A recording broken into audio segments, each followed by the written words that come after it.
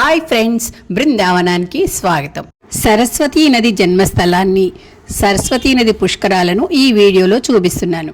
మేం అందరం అక్కడి చలికి అనుగుణంగా దుస్తులను ధరించి సరస్వతీ అమ్మవారి దర్శనానికి మరియు పుష్కరాల కోసం బద్రీ నుండి 5 కిలోమీటర్ల దూరంలో ఉన్న సరస్వతీ నది జన్మస్థానమైన మానా గ్రామానికి బయలుదేరాం. బద్రీనాథ్ బస్టాండ్ నుంచి 2 కిలోమీటర్లు జీప్లో వెళ్ళవచ్చు. అక్కడి నుంచి సరస్వతి జన్మస్థానానికి మరియు పుష్కర స్థానానికి నడిచి మాత్రమే వెళ్ళాలి. నడిచి వెళ్ళలేని వారి కోసం వీపు మీద బొట్టుల్లో మోసుకు వెళ్లే పిట్టూలు ఉంటారు. నేను ఆ విధంగానే వెళ్ళాను. దారి చాలా ఇరుకుగాను ఎగుడు దిగుడుగాను ఉంటుంది. భారతీయ సంప్రదాయాలలో సరస్వతీ నదికి అపారమైన ప్రాముఖ్యత ఉంది. దీనిని జ్ఞానదేవత, జ్ఞాన నది అని కూడా పిలుస్తారు. హిందూ పురాణాలలో సరస్వతీదేవి స్వయంగా ఈ పవిత్ర నదిలో నివసించిందని నమ్ముతారు మరియు దైవిక శక్తులను కలిగి ఉంటుందని, తెలివితేటలు, సృజనాత్మకత, జ్ఞానాన్ని పెంచే శక్తిని కలిగి ఉంటుందని చెప్తారు. ముందుగా మనకు గణేష్ గుహ, తర్వాత వేదవ్యాస్ గుహ కనిపిస్తాయి. వ్యాస గుహకు వచ్చాం. వ్యాస గుహ నుంచి వేదవ్యాసుడి గుహ ఇక్కడ సప్త చిరంజీవుల్లో ఒక్కడైనటువంటి శ్రీ వేదవ్యాస మహర్షి గుహ ఇది. అక్కడి నుంచి దృశ్యం ఇది. ఇదిగో శ్రీ వేదవ్యాసుడి గుహ. వ్యాసం వశిష్ఠనప్తారం శక్తే పౌత్రమకల్మషం పరాశరాత్మజం వందే సుఖతాతం తపోనిధిం వ్యాసాయ విష్ణురూపాయ వ్యాసరూపాయ విష్ణవే నమో వై బ్రహ్మనిధయే వాసిష్ఠాయ నమో నమః. గణేష్ గుహ, వేదవ్యాస గుహ దాటగానే సరస్వతి అమ్మవారి గుడి మనకి కనిపిస్తుంది. ఈ గుడి దాటిన తర్వాత నుండి దారి చాలా సన్నగా ఉండడంతో ఒక్కొక్కరిని పంపుతారు. అంచేత మమ్మల్ని ఆపడంతో బుట్ట అతనికి చెప్పి అమ్మవారి దర్శనానికి వెళ్ళగలిగాను. బుట్టలకు నెంబర్లు ఉంటాయి. ఆ నెంబర్ చూసుకుని వెళితే మనకు ఇబ్బంది ఉండదు. లేకపోతే వాళ్ళని మనం గుర్తుపెట్టుకోవడం కష్టం. అమ్మవారిని దర్శించుకోగానే నా జన్మ ధన్యమైంది అనే భావన నాలో కలిగింది.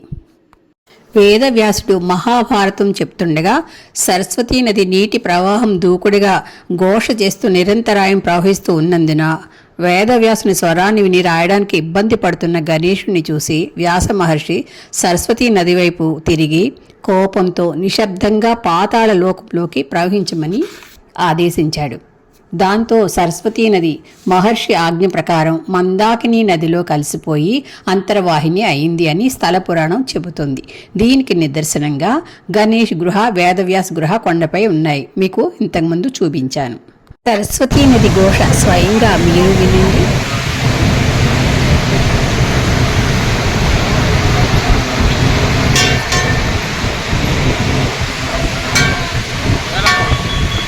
సరస్వతి గుడి నుండి నదికి రెండో వైపున సన్నని దారి నుండి వెళ్ళాలి.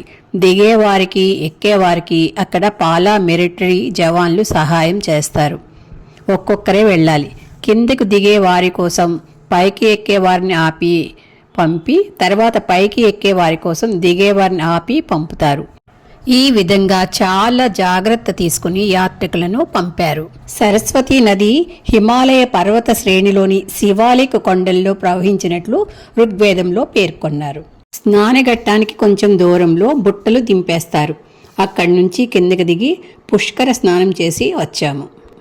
ఈ విధంగా సరస్వతీ నది, మందాకిని నది కలిసే సంగమం దగ్గర స్నానానికి అనుకూలంగా ఉంది. సరస్వతీ నది జలం స్వచ్ఛంగా ఉంది. స్నానఘట్టం తర్వాత కుడివైపు నుండి వచ్చే మందాకిని నదితో సరస్వతీ నది కలిసి అంతర్వాహిని అవుతుంది. ఈ విధంగా మా పుష్కర స్నానాలు అయ్యాయి. తిరుగు ప్రయాణం మొదలుపెట్టాం. తిరుగు ప్రయాణంలో మాకు పాండవుల విగ్రహాలు దూరంగా కనిపించాయి. మహాభారత యుద్ధం తర్వాత కొన్నేళ్ల పాటు రాజ్యపాలన చేసి రాజ్యాన్ని పరీక్షిత్ మహారాజుకు అప్పగించి పాండవులు, ద్రౌపది ఈ కొండపై నుండి స్వర్గారోహణకి వెళ్ళారు. అందుకు గుర్తుగా పాండవుల విగ్రహాలు ఉన్నాయి. ఈ వీడియో మీకు నచ్చిందా? నచ్చినట్లయితే లైక్ చేయండి, మీ ఫ్రెండ్స్కి షేర్ చేయండి. మీరు సబ్స్క్రైబ్ చేయడం మర్చిపోకండి.